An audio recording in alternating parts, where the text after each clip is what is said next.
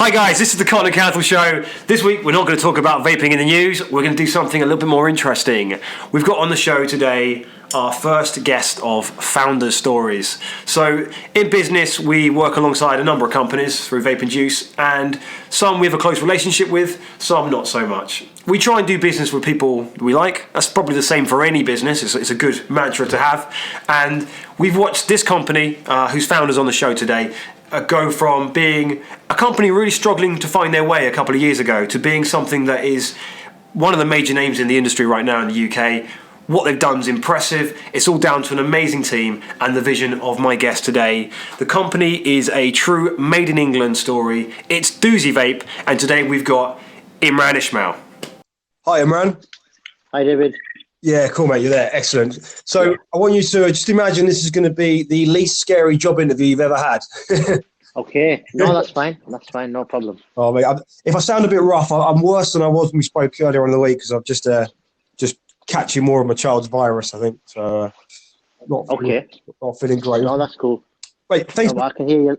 You can hear me well, yeah? Well, thanks for doing this, mate. Thanks for coming on. It's, as I spoke to you before, like for me, I love the game. I love business. And people always tell me, like, you can't just work because it just, where's the fun in that? But for me, it's the game. It's fun. It excites me. And I know that's something that kind of resonates with you as well. But what I'm really interested about is, for those who listen to the podcast, if you've been living under a rock, Imran's the CEO and founder of Doozy, who are a passionately made in England brand.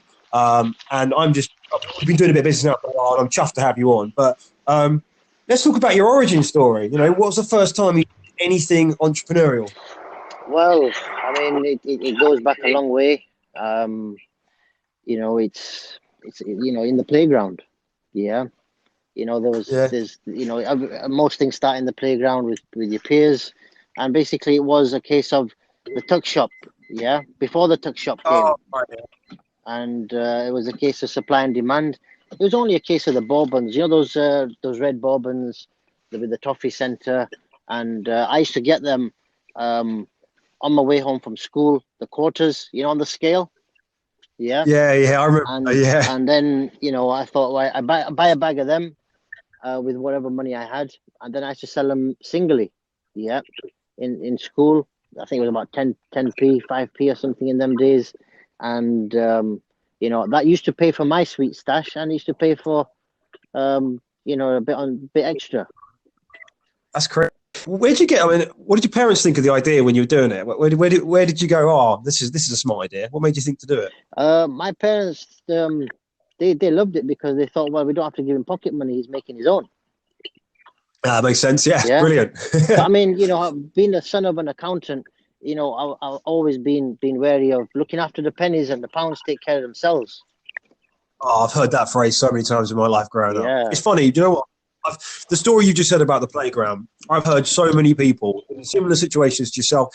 To me, mine was a playground. I missed out on the tuck shop. I ended up finding a shop that used to sell dirty magazines to kids. That wasn't their active business. They wasn't actively trying to sell dirty magazines to kids.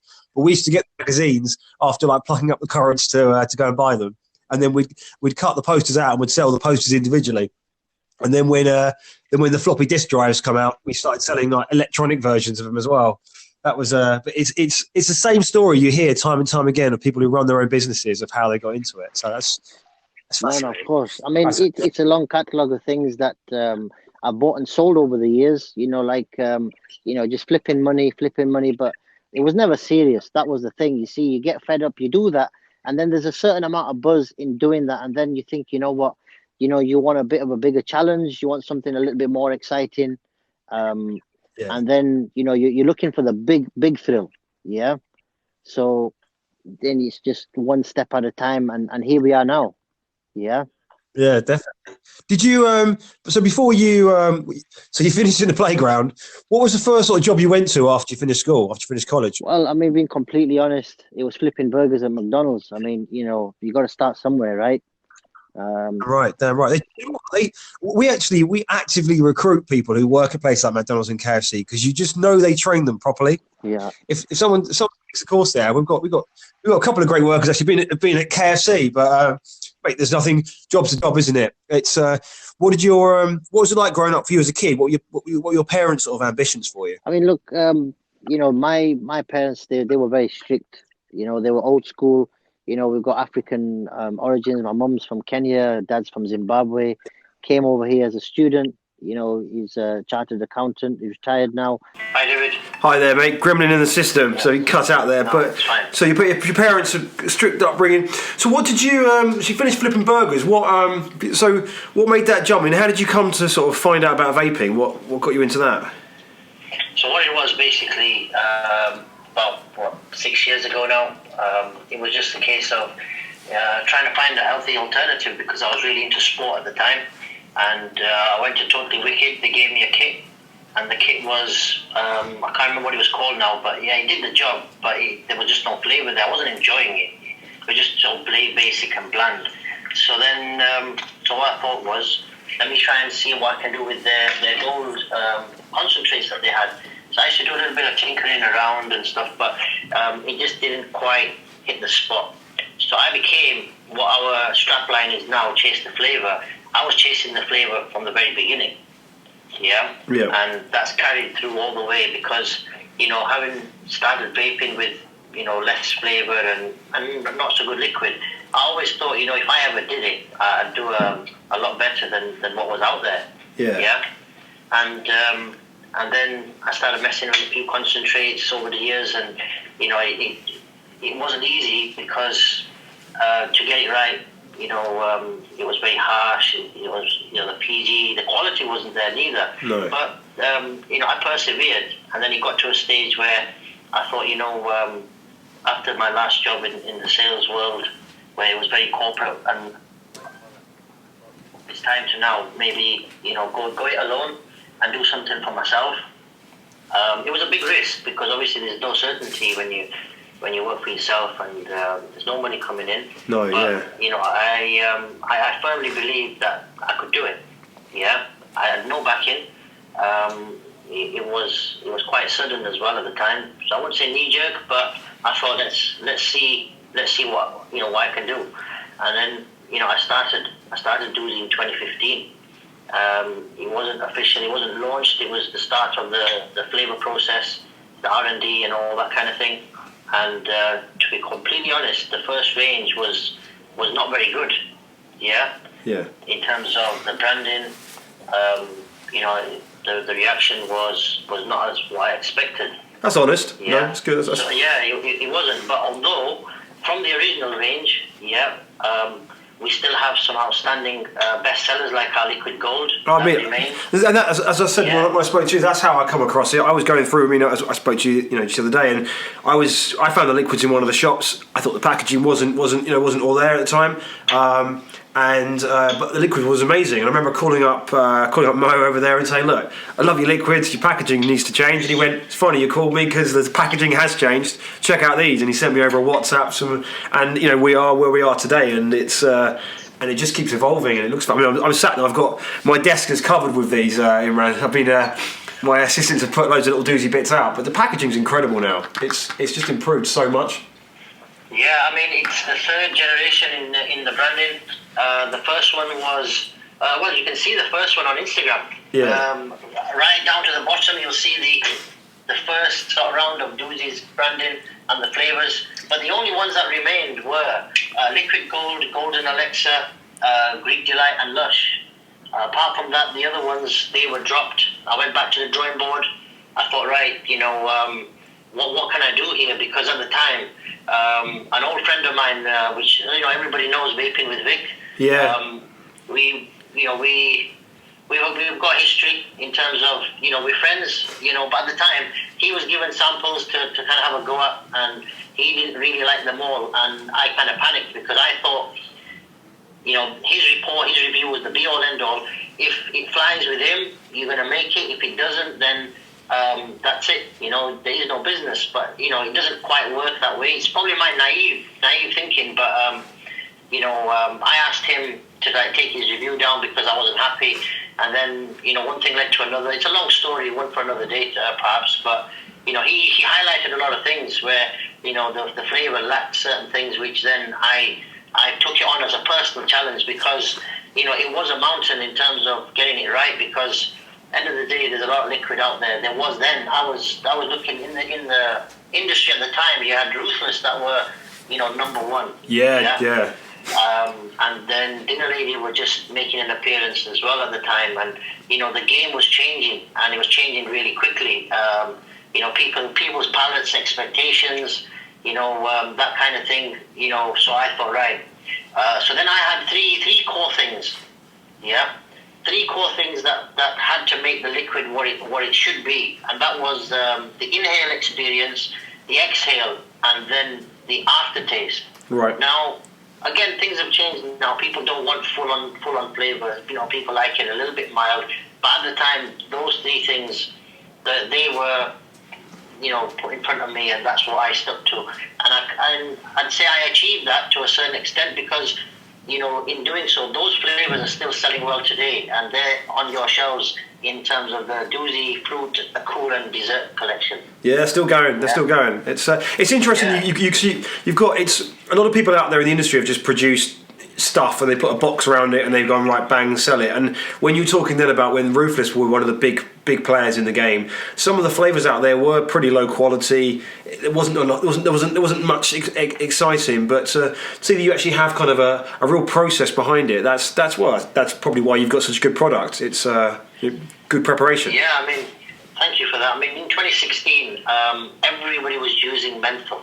Yeah. Fruit. They were combining fruit with menthol. Now, I was never a fan of menthol itself because eucalyptus, that Vicks vapor type of a smell, and I thought, what? Then I came across Coolada. Now, Coolada in the UK, there wasn't much around, and it was a new thing. I was complimented by Nasty, who said they recognised that, when I brought the Doozy collection, the fruit one with Coolada in it, and I was surprised what Coolada can do to lift flavour. I mean, just to give you a little secret, I mean, our Pink Haze has a tiny bit of Coolada to lift that flavour to make it what it is, because, I mean, Pink Haze sells amazingly well, and it has that sort of wow factor about it, but yeah, Coolada. It's a subtle one, isn't it? People are like, I don't get this menthol. I get cold, but I don't get that menthol taste. It's real subtle because you find a lot of the menthols can taste like a polo sometimes, or a spearmint. But that's with Coolada, it does have that effect. It's kind of you say it's subtle. I think is the perfect answer. It's a surprise cold, but not that cold. It's a sweet cold. Yeah, it's there weren't many around. There weren't many around at all with Coolada in. So it's. And then the Malaysians got hold of it, and they really went to town on it, as in their flavours contained high levels of Coolada, and then the fad kind of disappeared. Yeah. You don't see many cool flavours doing that well, but thankfully ours, Juice Junkie, that's a 4-flavoured cool range, all Coolada, but people seem to love them. And then the Doozy collection, which is cool. So that was one thing that the game sort of evolved from there. That was an introduction that I made. I knew what I wanted, and I brought that into the flavors, and people loved it. Recently we've had the Doozy Salts launch in our stores. Is that it for you now, or is it, what's planned for 2019? Well, 2019, it's going to be an exciting year. You see, the thing is, to come out with something new, it's not just a knee-jerk reaction now because of where we are in the market. There's a lot of research involved. We're working on a few things, but until it's absolutely right, in terms of we've ticked all the boxes, and we've added a lot of boxes to our requirements before anything gets released. Yeah, there will be some new things coming out, but until it's absolutely 100%, we won't be releasing anything, because to be fair, everything we have right now, new and old, is selling so well. To introduce something now with the marketing push that would go behind it, it would do injustice to what we have currently. Yeah, I mean, they're pretty new. What do you think about the growing CBD in the hemp space? Can you see yourself getting into that at all? Eventually we will do. We are working on certain CBD products, but right now, again, it's not a grey area, but there's a lot of factors to CBD. It's not like your normal e-liquid. No. There's other things, other factors involved in the types of CBD. So, there's so many products you can do as well with them. The sweets, the drops, the inhalers. Fast, isn't it? Fast. Yeah. Well, I've seen wines. So where do we focus on? Just the inhaler? Do we offer more? Do we, go into CBD at all? Because first of all, we've got to see where we would fit in the industry. Where would we sell these products, and how would we sell them? So unless those things are right for us, we'll push the button on CBD. Although there are a few products that are already done, but they're not coming out just yet. Yeah, we do e-liquid well, and sometimes when you diversify too much, then you don't do anything well. True, so true. Do you know what? You hear a lot of good business people will say, rather than try and make your 3 out of 10 a 6 or a 7 out of 10, make your 8 out of 10 a 9 out of 10, because that's much more doable. Yeah. And you make sure then you're swinging for the fences with that particular area. I think that's so true. I mean, there's the old phrase, isn't it? You can't hit 2 targets with 1 arrow. And I think this is one of the things that interests me, is you see a lot of the vape businesses going into the CBD space, but as you said yourself, it's so vast. You've got things like edibles, I've seen lip balms, waters, shower gels, and it's kind of, where does the vape space fit into that? Because it's kind of more of a wellness area as well. But it's, we're definitely seeing. I could see Doozy over some edibles, some CBD gummy bears. I can definitely see your branding all over that. So. No, of course. I mean, right now the demand for our clothing is unbelievable, really, and that's probably our next step. I see in the comments. I was watching your Instagram accounts yesterday, as I do. I stalk a few accounts, and I can see people they're after your bags. People loving your bags. Yeah, that's right. I mean, it's not just the bags, the t-shirts, the style of it. The message that we give is that we want to connect with your mid-range, the young kind of crowd, and those that are older, but they're still a little bit trendy, because it just looks cool. Yeah. And it's stylish. Yeah, it's nice. To bed, they're ready. When they go out, and if that's the case, then But right now we don't sell it. We promote our products, but then people are now wanting to buy it. They want to wear it. So then we want to service that demand, because give people what they want. Yeah, definitely. We're having a few problems with the audio. I think it's ducking in and out. Just for those who perhaps haven't clocked on why Doozy's called Doozy, obviously it's from the old phrase of, oh, that's a doozy. I was speaking to Imran yesterday. He was saying about how these days you see a nice car, a nice whip, and they're like, oh, that's a sick car. 20, 30, 40 years ago, that car's a real doozy. So that's where the brands come from. And you're saying, obviously, you're very passionate about the whole made in England side of things. Tell me more about that. Yeah, well, I mean, me being born in the late 70s, we still had products, the rulers, the pencils, I'm talking school items, because Helix. That's what I remember the most. But everywhere you looked, everything made in England was solid, just like German technology is today. And, England was known for producing good stuff. And over the years, everything's gone abroad, and all the politics and the economy. But then I thought, what, I can't make a huge difference, but I want to be proud of being from England, the products made in England, and I wanted to tie up everything that's based around something English, because I'm born in England as well. And then I incorporated the Made in England stamp on our logo, and it's worked. People, they see it, and when it goes abroad, now that we're training abroad, we fly the flag high. People see it's a made in England product. It's quality, and it's backed up by the branding of it. The proof's in the pudding. When they try it, they know that this is really liquid, and it's come from England. So because I took the fight to the Americans, because at the time when Doozy launched, everybody wanted American liquid. Nobody wanted to know about any other liquid apart from American.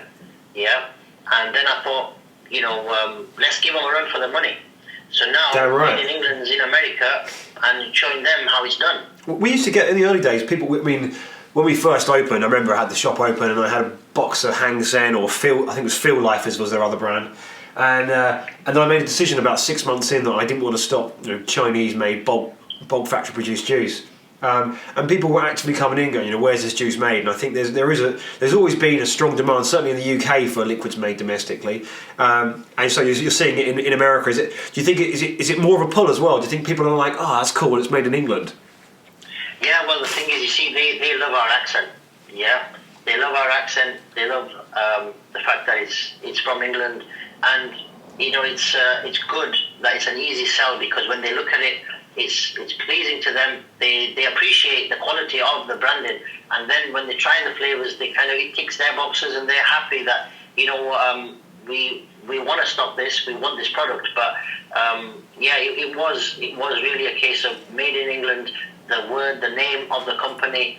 It ties in. It's an old English word. There's history behind it, and most importantly, there's a story there. Yeah. It wasn't just something plucked. Found it on Google. It sounded good. We used it. There's been a lot of thought. It took 6 months for me to come up with that. And again, it's the way I do things. I don't rush. And the domain was available as well. Always a winner, yeah. It was a nice fit. That's the thing, it's about domain. When I first set up Vape and Juice, I did all my research in the UK, then went and whacked it into the domain search and realised there's an American company with the same name. So we've got their domain now, but so it's always helpful if you do that kind of research. Of course. What would you say, what are your predictions, do you think, for the industry next year in general, or the next couple of years? There's a lot of talk about things like flavour bans in America and Canada. Can you see them happening in the UK, Europe at all? Personally, I think it does depend a lot on what happens in America, because as you know, the trends start in America, then they slowly come over here. Yeah. I mean, if the bans were to take place in America, then it would encourage others to kind of try and enforce it over here. But I don't think personally we'll see those kind of severe bans come in, because we don't have. Thankfully, we don't have as many corrupt people as they do in America, because it's a huge country. And over here, I'm not saying things don't go on, but I think they do. They're a bit more sensible. The English, they know where to draw the line, and I think if anything, there will be more measures in terms of the TPD. Yeah, they'll make it a little bit harder for anything to kind of be sold in terms of the packaging. Appealing to children, flavor descriptions. The product description. Aimed and targeted towards children. There'll be that kind of thing, but I can't see liquid coming off the shelves, to be honest. I think so. I hope not. It's America's a funny one anyway, where they have different rules for different states. It's always been. I mean, the gun laws are crazy there for that, but I think it was mentioned briefly in Parliament, and it got pushed down straight away. And I hope it stays that way, because these are helping people come off smoking, and they must be. Those numbers are coming through. You've got to be seeing it. We're seeing it in our shops when people say there's no, vaping leads to smoking or other nonsense, and it's our business wouldn't have grown where it's got to if people weren't quitting smoking through these things. So it's let's say long may it continue. Well, Imran, it's been amazing. Thanks for giving us your time. I'm going to have to cut it short now. I can see our sound man going, come on. That's absolutely fine. I mean, any time. No, it's been brilliant. It's been a pleasure. Oh, it's been good. You know what? It's nice to actually get a chance to speak to someone behind the brand. I think for me, it's very often we don't see the humans behind the brands, and getting a chance to have a chat with you. You're incredibly accessible, which is a very rare thing, and it's been really lovely chatting to you. And I'd say it's been a pleasure working with Doozy. If I'm honest, it's for a while I was always quite closed off who I speak to in business. Seeing everyone as a competitor, but the reality is you build good relationships, you do good business, and. We've been really impressed by your team. You've got some great guys there and girls, and say lovely to chat to you. And I'm going to let you get on with your day, and no problem. Have a great weekend. All right, take care, man. Thanks, man. Thank you. Thank you very much for the opportunity. No worries, mate. Anytime. Okay. Take care. Bye. Take care. Bye bye. So, hope you found that interesting. That was Imran from Doozy. We stock a number of their products. You can check them out on our platform, vapeandjuice.com, or if you're looking for wholesale, vapeandjuicewholesale.com. But this is what we want to try and do going forward as well. Is not just talk about vaping news, but actually get to see people behind the brands. I think that's really interesting to hear other people's stories. If you run a business in this game, sometimes it can be quite lonely because there isn't really anyone to talk to on your level who perhaps has experienced the ups and downs. People think having your own business means you have an easy life. It's not. You all of a sudden go from having a boss to having lots of bosses who you've got to make sure that you can pay each week and pay their wages. But that's been a real pleasure speaking to Imran from Doozy. If you found this interesting, this podcast, please do me a solid, share it on to one other person. If you're in the industry and you want to get on the show, give us a shout. You can follow us at The Mob Show, that's the podcast, or Vape and Juice TV on YouTube, and Cotton and Kanthal Show podcast as well. Check us out on Anchor, iTunes, Spotify. Peace!